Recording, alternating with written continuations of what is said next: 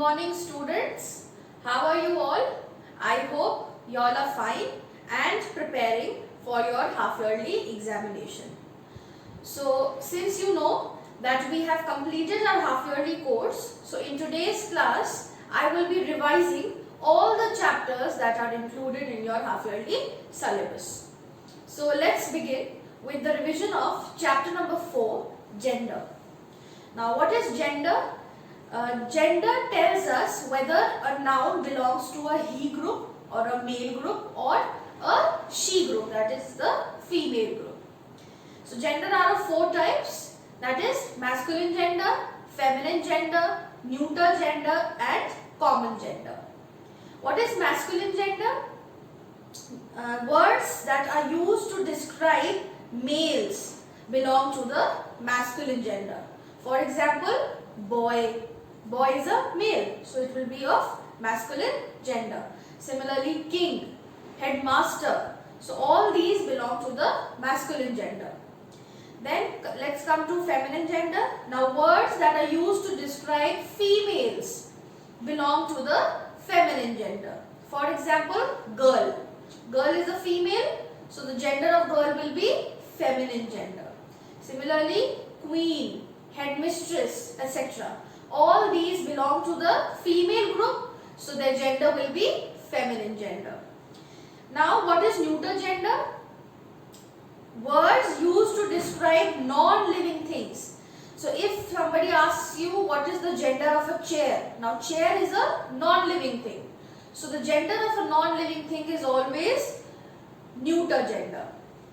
Then comes common gender. Now there are some words that belong to both the groups, male as well as female. So words that are used to describe both males and females belong to the common gender. For example, doctor. Now doctor can be a male and a female. Doctor can be a male or a female. So the gender of a doctor will be common gender. Now let's do some exercises that are given on this board. Let's see the first exercise. Write the opposite gender of the given nouns. First one, horse. So the opposite gender of horse is mare. Second is waiter. The opposite gender of waiter is waitress. Cow. Opposite gender of cow is ox. Peahen. The opposite gender of peahen is peacock. Niece. The opposite gender of niece is nephew. Now let us see exercise number 2. State the gender of the following nouns. We have to tell the gender of the following nouns. First one, teacher. So teacher can be both male or female. So the gender of teacher is common gender.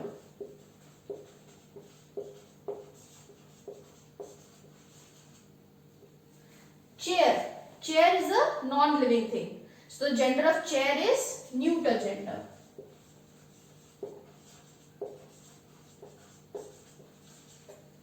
Queen. Queen belongs to the female group. So the gender of queen is feminine gender.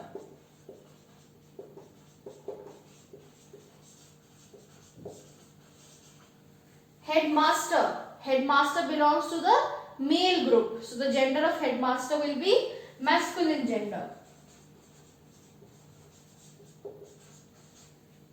Doctor. Now doctor can be both male or female. So the gender of doctor is common gender.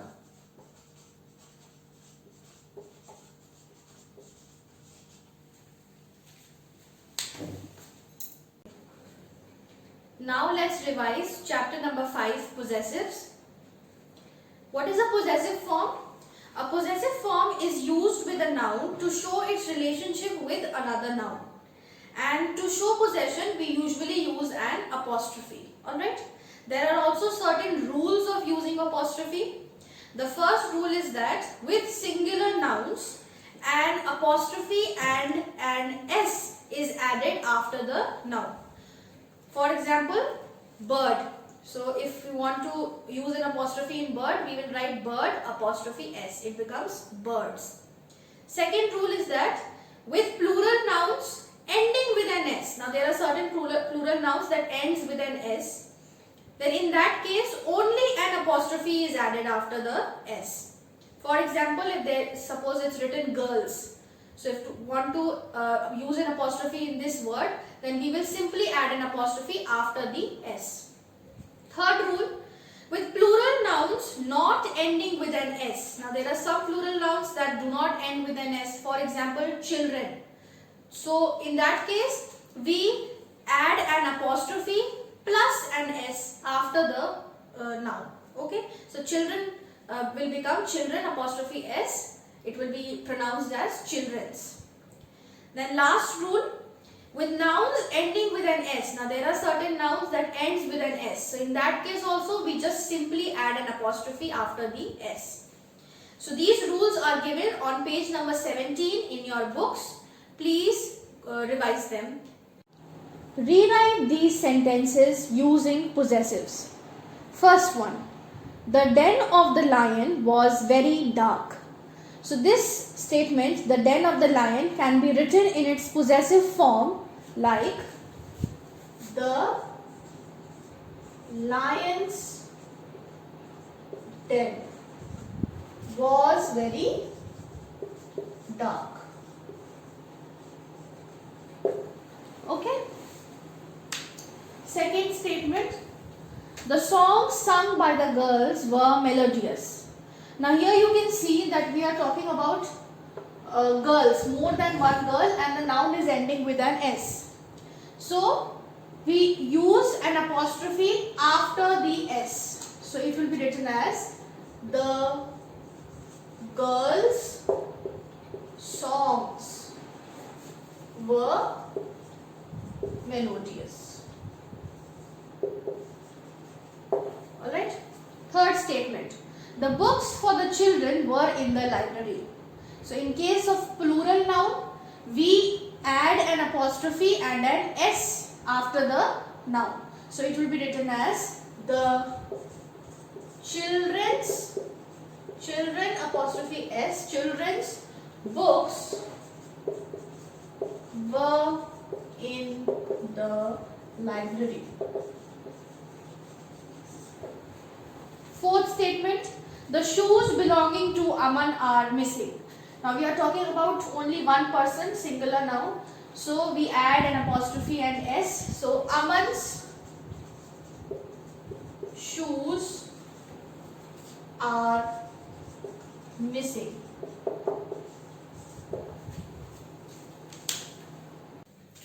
Okay children, now let us revise chapter number 6 and 7. That is adjectives and degrees of comparison. Now what are adjectives? Now adjectives are those words that are used to describe a noun. Okay. Adjectives are words that gives more information about a noun, such as its size, its type, color and so on. For example, the day was sunny. So here what is the noun? The noun is day, and day is described as sunny. So sunny is used as a describing word, so sunny will be an adjective. Alright. Now there are different kinds of adjectives. Let us discuss about each one of them. First is adjective of quality. Now what is adjective of quality? Now those adjectives that describe the nature or quality of a noun is known as adjective of quality. For example, if I say Aman wore a silk tie. So here tie is described as silk. Aman's tie is described as silk. It is made up of silk. So it is telling about the quality of the tie, right? So silk will be an adjective of quality. Then adjective of quantity. Adjective of quantity are adjectives that are used to tell the number of an uncountable noun. Okay, what are uncountable noun? That we cannot count. For example, if I say, I have enough money to buy the groceries. Now, enough is used to tell the number of an uncountable noun. So, here enough will be an adjective of quantity. Then comes adjective of number. Adjective of number, the only difference between adjective of number and adjective of quantity is that adjective of number tells about the number of a countable noun, whereas adjective of quantity tells about the number of an uncountable noun. So if I say I have 12 members in my family, so here 12 will be adjective of number. Now next is demonstrative adjectives. Now demonstrative adjectives are adjectives that are used to specify a particular or a specific person or a thing or a place. Alright. For example, those boys are my cousins. So we are referring to particular set of boys, right? So those will be a demonstrative adjective. Then comes interrogative adjectives. Now what are interrogative adjectives? Those adjectives that are used with a noun to ask questions are known as interrogative adjectives. Some of the interrogative adjectives are what, whose, which. Alright. Last is possessive adjectives. What is a possessive adjectives? Possessive adjectives are those adjectives that show possession. Possession means ownership. For example, if I say we went to their school. So here we are talking about the ownership of a school, that school belongs to them, their school.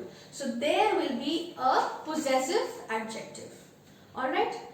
Now comes degrees of comparison. There are 3 types of degrees of comparison. First is the positive degree, where we do not show any comparison. Second is the comparative degree, where 2 things are compared. And third is the superlative degree, where more than 2 things are compared. Alright. Now let us see some of the exercises on the board. Underline the adjective and state its kind. So we have to identify the adjective and then we have to tell the kind of the underlined adjective. Alright. So first one. Reena has a very sweet voice. So first, what is the adjective in this sentence? Sweet is the adjective, because sweet is used to describe Reena's voice. So sweet is the adjective, and sweet tells about the quality of Reena's voice. So what will be the kind of this adjective? It will be adjective of quality.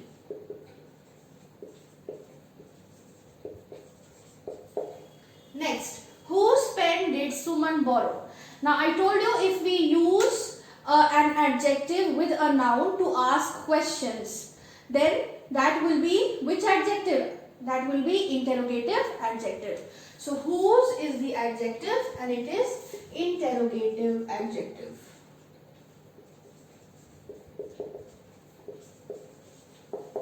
Next, this is my house. Now my is used to show the possession of house. So my will be which adjective? It will be possessive adjective.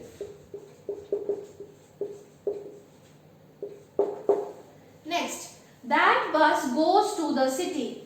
Now that is used to specify a particular bus, a specific bus. So that will be demonstrative adjective.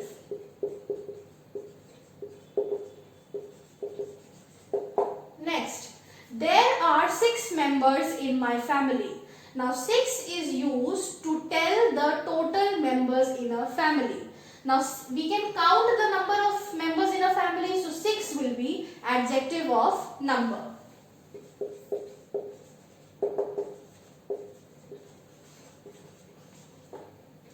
Sixth one, Suman has many paper clips. Now paper clips is a countable noun. So many will be adjective of number.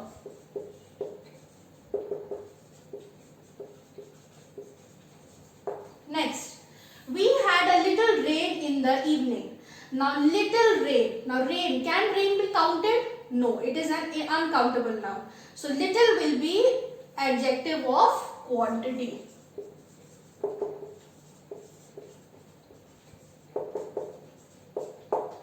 Next, my grandfather is a wise man. Now wise is the adjective. It is used to describe grandfather and it is telling about the quality, what kind of a man he was. So wise will be an adjective of quality.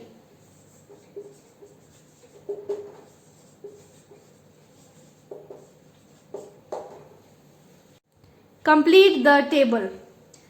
First one, wise. So positive form of wise is given, superlative form is given. What will be the comparative form of wise? It will be wiser. We will add er. Famous. What is the comparative form of famous? It will be more famous. And the superlative form will be most famous. Then third one, the superlative form is given, biggest. So its comparative form will be bigger and positive form will be big. Then paler and palest is given. What will be the positive form of paler and positive form of palest? It will be pale. Bad. The comparative form of bad is worse and the superlative form of bad will be worst. Then the positive form of better will be good and the superlative form will be best. Okay children, now let us revise chapter number 10, verbs. What are verbs? Action words are known as verbs, or you can also say verbs are doing words. Verbs are those words that tells us what an animal, person or a thing does. Okay, for example, if I say Raj plays tennis on Sundays. So here what action Raj is doing? Raj is plays tennis. So here plays will be a verb. Now there are certain helping verbs also like is, are and am. These are known as helping verbs. And when do we use them? We use the verb is with singular nouns. We use the verb are with plural nouns. And we use the helping verb am with the pronoun I. Okay students, now let us discuss about transitive verbs and intransitive verbs. What are transitive verbs? Transitive verbs are those verbs that need an object to express a complete thought. Alright? And intransitive verbs are those verbs that have no objects. Okay? So this is the only difference between transitive and intransitive. Intransitive do not have an object, whereas transitive verbs have an object and they need an object. Okay? Then comes complement of the verb. Now I taught you earlier that there are some incomplete verbs that do not make sense by themselves. For example, the car appears. Now appears is a verb, but it does not, the complete statement, it does not make any sense. So we add a complement to it. Like if I add damage to it. For example, it becomes the car appears damaged. So damaged is the complement of the verb. By adding the complement of the verb, we have given a meaning to the sentence. Alright? Now let us revise tenses. So we studied about simple present tense, present continuous tense, present perfect tense and simple past and past continuous tense. Let us quickly revise each one of them. What is simple present tense? Simple present tense tells us about an action that takes place now or happens regularly. Okay? See, in case of a singular noun, we add s to the verb to show it in its simple present tense form. And in case of a plural noun, we use only the base form of the verb. We do not add an s. Then comes present continuous tense. What is present continuous tense? A verb in the present continuous tense tells us of an action that is continuing at the time of speaking or writing. Alright? The form of present continuous tense is, am, are plus verb plus ing. Now when do we use is?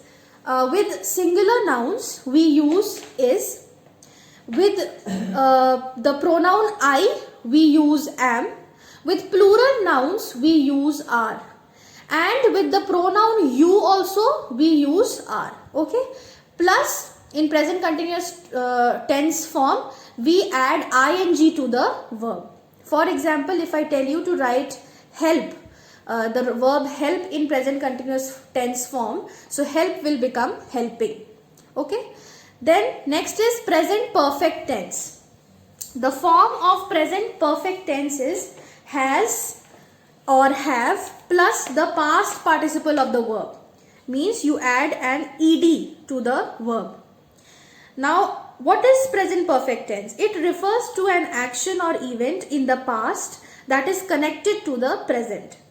Now, with pronouns I, you, we, they and plural nouns, we use have. And with singular nouns and pronouns he, she, it, we use has. Okay. For example, if I tell you to write the verb watch in present perfect tense form, so it will be written as has or have plus watched. We will add ed to the base form of the verb, that is watch. Then comes past continuous tense, simple past tense. Now, what is simple past tense? Simple past tense tells us about an action that has already happened in the past time. Now, to change a verb into its past tense, we either add t to the verb, or we add ed to the verb, or we completely change the verb form.